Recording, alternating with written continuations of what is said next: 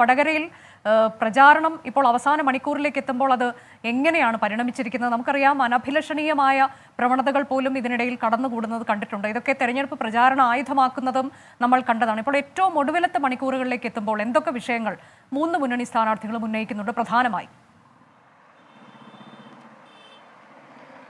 അനുജ, കേരളത്തിൽ തന്നെ ഏറ്റവും ശക്തമായ മത്സരം നടക്കുന്ന ഒരു മണ്ഡലമാണ് വടകര. നമ്മൾ തുടക്കത്തിൽ മുതൽ കണ്ടതാണ്. ഈ സ്ഥാനാർത്ഥികൾ വടകരയിൽ എത്തിയത് മുതൽ ആൾക്കൂട്ടങ്ങൾ ഇറങ്ങിയുള്ള ഓരോ സ്വീകരണ കേന്ദ്രങ്ങളിലും ആൾക്കൂട്ടങ്ങൾ ഇറങ്ങിയുള്ള ഒരു പ്രചാരണമായിരുന്നു കണ്ടത്. TP വധം, കോവിഡ് അഴിമതി, വ്യക്തിഹത്യ, അങ്ങനെ പ്രചാരണ വിഷയങ്ങൾ നിരവധി ഉണ്ടായിരുന്നു വടകരയിൽ. അവസാനം പറഞ്ഞ വ്യക്തിഹത്യ നിയമ നടപടികളിലേക്ക് ഉൾപ്പെടെ കടക്കുന്ന ഒരു കാഴ്ചയും കണ്ടു. വ്യക്തിഹത്യ ഇരുവിഭാഗങ്ങളും ആരോപണ പ്രത്യാരോപണങ്ങളിൽ മുഴുകി. അതേസമയം തന്നെ പ്രചാരണ രംഗത്ത് ഒരു ഭാഗത്ത് ഇത്തരത്തിൽ ആരോപണ പ്രത്യാരോപണങ്ങൾ നടക്കുമ്പോഴും പ്രചാരണം വലിയ രീതിയിൽ വളരെ വേഗത്തിൽ മുന്നോട്ട് കൊണ്ടുപോകുന്ന ഒരു കാഴ്ചയാണ് വടകരയിൽ കാണാൻ കഴിഞ്ഞത്. ചെറിയ ചെറിയ സ്വീകരണ കേന്ദ്രങ്ങളിൽ പോലും ആൾക്കൂട്ടങ്ങളെത്തി വലിയ സ്വീകരണമാക്കി മാറ്റുന്ന ഒരു കാഴ്ചയാണ് കണ്ടത്. ഈ ആൾക്കൂട്ടങ്ങളെല്ലാം വോട്ടാകും എന്ന ഒരു പ്രതീക്ഷയിൽ തന്നെയാണ് ഇടത് വലത് മുന്നണികളുള്ളത്. ഒപ്പം വടകരയിലെ തന്നെ ഒരാൾ ആണ് NDA സ്ഥാനാർത്ഥിയായിട്ടുള്ള പ്രഫുൽ കൃഷ്ണൻ. വടകരയിലെ സ്ഥാനാർത്ഥി ആയതുകൊണ്ട് തന്നെ വടകരയിൽ നിന്നുള്ള യുവാക്കളുടേത് ഉൾപ്പെടെയുള്ള വോട്ടുകൾ തനിക്ക് സമാഹരിക്കാൻ കഴിയും എന്ന പ്രതീക്ഷയാണുള്ളത്. വടകരയ്ക്ക് ഈ തെരഞ്ഞെടുപ്പിൽ ശാപമോക്ഷം ഉണ്ടാകും എന്നാണ് അല്പസമയം മുമ്പ് പ്രഫുലിനെ കണ്ടപ്പോൾ പ്രഫുൽ പറഞ്ഞത്.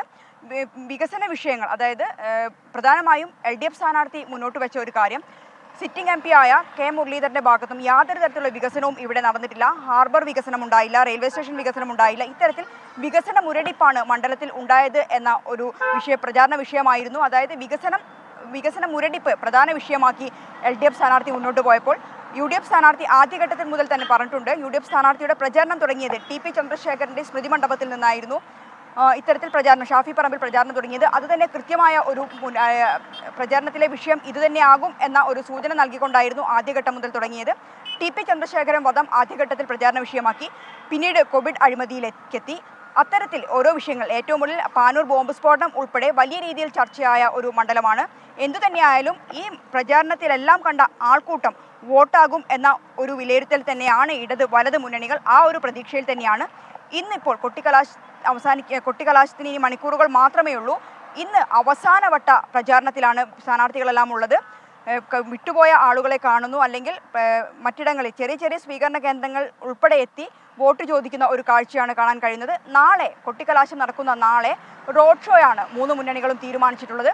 കൊയിലാണ്ടിയിൽ നിന്ന് റോഡ് ഷോ ആരംഭിക്കുന്നു, തലശ്ശേരിയിൽ അവസാനിക്കുന്നു. ഈ രീതിയിലാണ് ഇടത് വലത് NDA സ്ഥാനാർത്ഥികൾ റോഡ് ഷോ ക്രമീകരിച്ചിരിക്കുന്നത്. കൊട്ടിക്കലാശത്തിന് മുൻപ് തന്നെ ഈ റോഡ് ഷോ അവസാനിക്കും. അത്തരത്തിലാണ് ക്രമീകരിച്ചിരിക്കുന്നത്.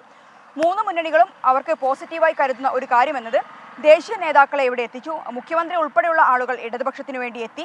രാജ്നാഥ് സിംഗ് ഉൾപ്പെടെയുള്ള ആളുകൾ NDAക്ക് എത്തി. മാത്രമല്ല DK ശിവകുമാറിനെ എത്തിക്കാൻ വലത് ക്യാമ്പിനും കഴിഞ്ഞു. ഇത്തരത്തിൽ ദേശീയ നേതാക്കളെ എത്തിച്ചുകൊണ്ടുള്ള ജനങ്ങളിൽ ആവേശം ഉണ്ടാക്കിക്കൊണ്ടുള്ള ഒരു പ്രചാരണം തന്നെയാണ് മൂന്ന് മുന്നണികൾക്കും കാഴ്ചവെക്കാൻ കഴിഞ്ഞിട്ടുള്ളത്. ഇത് വലിയൊരു പ്രതീക്ഷ നൽകുന്നുണ്ട്. ഞാൻ നേരത്തെ സൂചിപ്പിച്ചതുപോലെ തന്നെ ഇനി പരമാവധി വോട്ടർമാരെ പോളിംഗ് ബൂത്തിൽ എത്തിക്കുക എന്ന ഒരു കടമ്പയാണ് മുന്നണികൾക്ക് മുന്നിലുള്ളത്.